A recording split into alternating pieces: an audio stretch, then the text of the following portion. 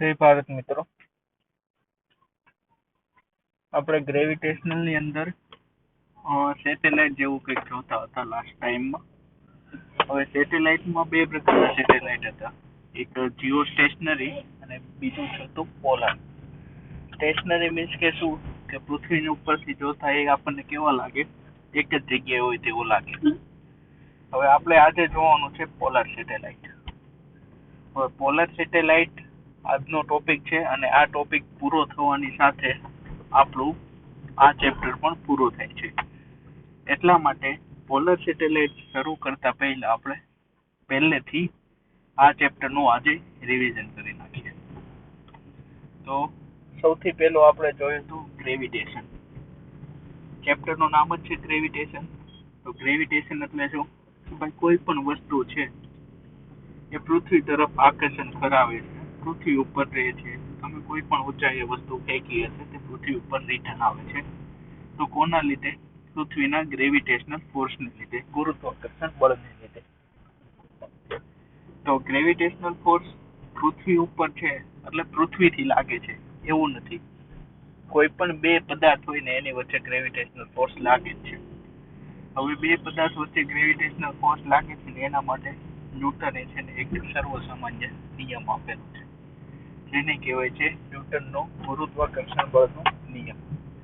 તો ન્યૂટનના ગુરુત્વાકર્ષણ બળના નિયમ કંઈક આ રીતનો હતો. કોઈ પણ બે પદાર્થ, હવે પદાર્થ કીધો, મેટર કીધું એટલે એને દળ તો હોવાનું છે. એટલે કે કોઈ પણ બે પદાર્થ વચ્ચે લાગતું ગુરુત્વાકર્ષણ બળ તેમના દળના ગુણાકારના સમપ્રમાણમાં અને તેમની વચ્ચે રહેલા અંતરના વર્ગના વ્યસ્ત પ્રમાણમાં હોય છે. એટલે શું છે કે ગુરુત્વાકર્ષણ બળ છે ને મુખ્યત્વે બે વસ્તુ ઉપર આધાર રાખે એવું થઈ ગયું આપણું. કઈ કઈ વસ્તુ ઉપર? કે પદાર્થનું દળ અને તેમની વચ્ચે રહેલું અંતર. હવે જેટલું દળ વધારે એટલું ગુરુત્વાકર્ષણ બળ વધારે, અને જેટલું અંતર વધારે એટલું ગુરુત્વાકર્ષણ બળ ઓછું. સિમ્પલ વસ્તુ છે આખી. કારણ કે ગુણાકારના સમપ્રમાણમાં, દળના ગુણાકારના સમપ્રમાણમાં અને અંતરના વર્ગના વ્યસ્ત પ્રમાણમાં આ રીતનું આપણું ગ્રેવિટેશનલ ફોર્સ લાગતું હતું. આ છે આપણું ગ્રેવિટેશનલ ફોર્સ માટેનો નિયમ. ધારો કે કોઈ પણ બે પદાર્થ છે જેનું દળ m1 અને m2 આપણે ધારી લઈએ છીએ. તેમની વચ્ચેનું અંતર આપણે r મીટર ધારી લઈએ છીએ. તો બે પદાર્થ છે એકબીજાથી r ડિસ્ટન્સના અંતરે આવેલા છે, જેના દળ અનુક્રમે m1 અને m2 છે. તો એની વચ્ચે લાગતું ગુરુત્વાકર્ષણ ફોર્સ Fg નિયમ પ્રમાણે શું છે, તેના દળના ગુણાકારના સમપ્રમાણમાં. તો Fg proportional to m1 into m2. પહેલું સ્ટેપ થઈ ગયું. અને બીજું સ્ટેપ શું હતું નિયમમાં, કે તેમની વચ્ચે રહેલા અંતરના વર્ગના વ્યસ્ત પ્રમાણમાં. તો તેમની વચ્ચે રહેલું અંતર કેટલું છે? r. તો r નો સ્ક્વેર અને એના વર્ગના વ્યસ્ત પ્રમાણમાં. એટલે Fg proportional to 1/r square. બીજું આપણું ઇક્વેશન બની ગયું. બંને ઇક્વેશન હું કમ્બાઈન કરું છું તો શું થશે? Fg proportional to m1 into m2 divided by r square. અહીંયા સુધી ક્લિયર છે? હવે આપણે m1 into m2 divided by r છે proportional to f. હવે આપણે પ્રોપોર્શનાલિટી કાઢવી છે અને એની જગ્યાએ આપણે મૂકવું છે ઇક્વલ્સ ટુ. તો ઇક્વલ્સ ટુ માટે શું થશે કે આપણે ઇક્વલ્સ ટુ તો આવી જશે પ્રોપોર્શનાલિટીને લીધે, પણ એ સાથે ને સાથે કોઈ કોન્સ્ટન્ટ લાવશે. પ્રોપોર્શનાલિટી કે ભાઈ હું એમને ના નીકળું કે મારી જગ્યાએ કોકને મૂકતો જાઉં. તો આપણે કીધું હા ભાઈ તું મૂકતો જા, પણ અમારે ઇક્વલ્સ ટુ જોઈએ છે તો જ આપણે ઇક્વેશનને યુઝ કરી શકીએ. તો Fg is equals to capital G m1 m2 by r square. તો કેપિટલ G શું છે? પ્રોપોર્શનાલિટી જો ને તો એની જગ્યાએ G ને મૂકતો ગયો. પણ G એટલે શું? તો G થઈ ગયું આપણું ગુરુત્વાકર્ષણનો અચળાંક. એની વેલ્યુ આપણને ન્યૂટને આપેલી છે અને ન્યૂટન એ સાબિત કરેલી છે 6.67 10⁻11 ન્યૂટન પર મીટર સ્ક્વેર. આ થઈ ગયું આપણું G ની વેલ્યુ. હવે છે આપણે જોયેલું કે બે પદાર્થ વચ્ચે લાગતું એટ્રેક્શન ફોર્સ કઈ રીતના લાગે છે ને તે આપણે એક આ ફિગર ઉપરથી આપણે જોયું હતું. હવે છે ઇમ્પોર્ટન્સ ફેક્ટર ગ્રેવિટેશનલ ફોર્સના. તો ભાઈ ઇમ્પોર્ટન્સ ફેક્ટર શું છે કે એ બધા સૌથી પહેલું કે બે માસ ઉપર આધારિત છે ભાઈ, બંને અંતર વચ્ચે આધારિત છે ગુરુત્વાકર્ષણ ફોર્સ. પછી એ કેવો છે કન્ઝર્વેટિવ ફોર્સ છે, એવું બધું જે આપણે પોઈન્ટ જોયેલા તે છે. હવે આપણે પછી બે વસ્તુ જોયું હતું, ગુરુત્વાકર્ષણ બળની અસર જેમ આપણે ઉપરની બાજુ જઈએ તેમ અને જેમ આપણે નીચે આવીએ તેમ, પૃથ્વીની સપાટીથી એ ઊંચાઈ સુધી ઉપર જઈએ ત્યારે ગુરુત્વાકર્ષણ બળની શું અસર થાય છે તે, અને એવી જ રીતના જેમ પૃથ્વીની અંદર જઈએ ત્રિજ્યા તરફ, પૃથ્વીના ગર્ભ તરફ જઈએ ત્યારે જીના બળમાં શું ફેરફાર આવે છે તે.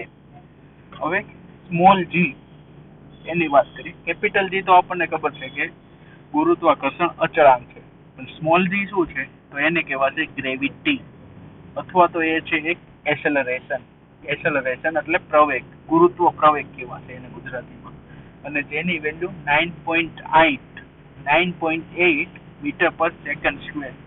કોના માટે તો પૃથ્વી માટે.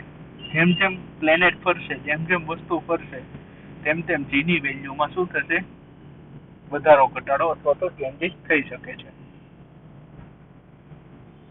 અહીંયા સુધી આપણે જોયેલું આ ગ્રેવિટીની અસર જોઈતું કે ઊંચાઈની સાથે શું કરે છે કે ગ્રેવિટી ઘટે છે. ભાઈ ઊંચાઈ જેમ જેમ જશું જેમ જેમ ઊંચાઈ પર જશું તેમ તેમ ગ્રેવિટીની વેલ્યુમાં ઘટાડો થાય છે. અને એવી જ રીતના જેમ જેમ આપણે પૃથ્વીની અંદર જશું તેવી જ રીતના ગ્રેવિટીમાં શું થાય છે, વધારો થાય છે. અહીંયા સુધી આપણે જોયું હતું. પછી આપણે જોયું હતું ગ્રેવિટેશનલ ફિલ્ડ. તો ગ્રેવિટેશનલ ફિલ્ડ શું છે?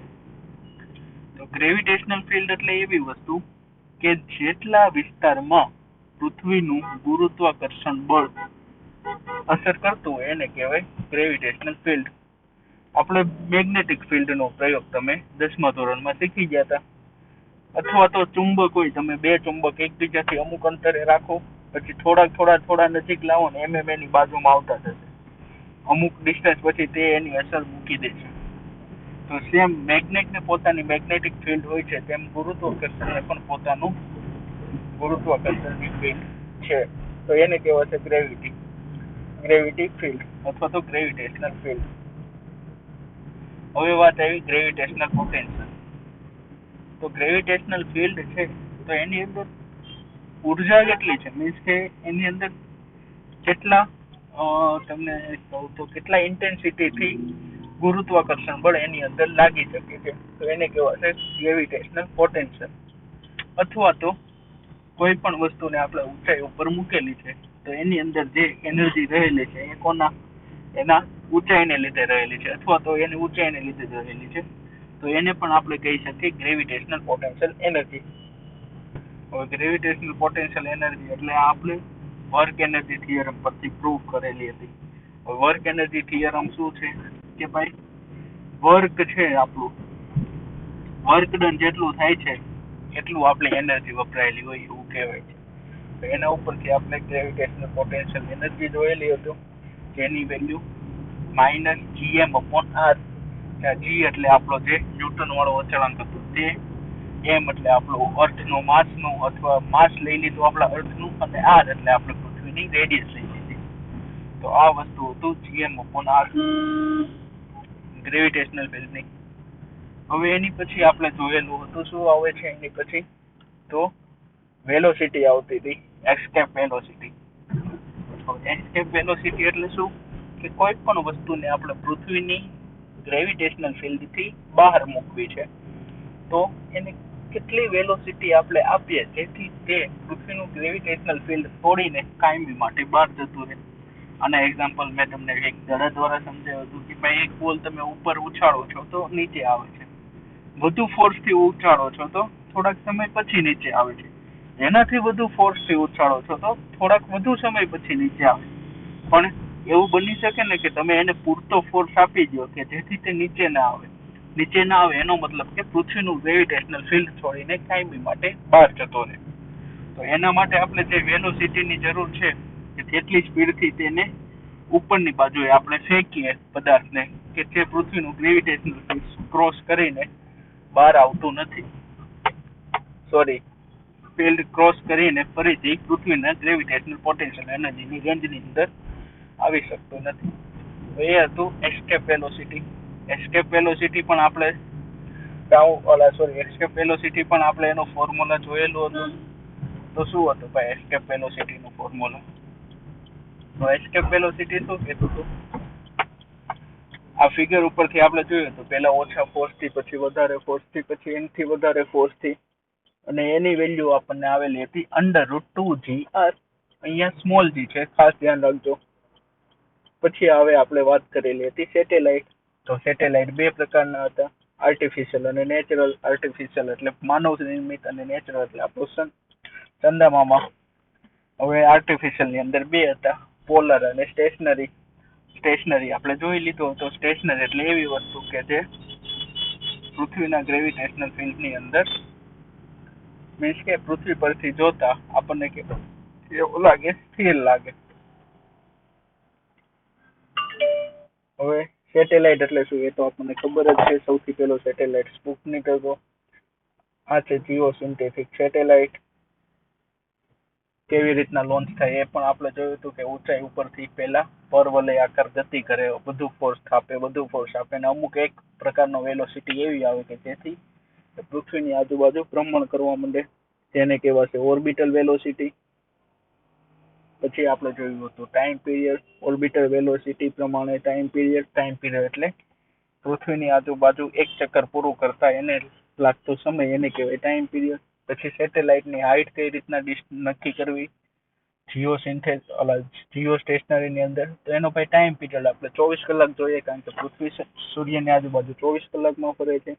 એ પ્રમાણે આપણે એની હાઈટ નક્કી કરેલી હતી. ને આ વસ્તુ થઈ ગઈ જીઓ સ્ટેશનરી સેટેલાઇટની. હવે વસ્તુ છે પોલર સેટેલાઇટ. તો પોલર સેટેલાઇટ શું છે કે પૃથ્વીની ઓર્બિટની આજુબાજુ ફરે છે, ધ્રુવોની આજુબાજુ ફરે છે, એને કહેવાય પોલર સેટેલાઇટ. તો પોલર સેટેલાઇટ નો યુઝ શેના માટે થાય છે? પેલું તો વેધર અને એના માટે એન્વાયરમેન્ટ મોનિટરિંગ માટે, જાસૂસી માટે પોલર સેટેલાઇટ નો ઉપયોગ થાય.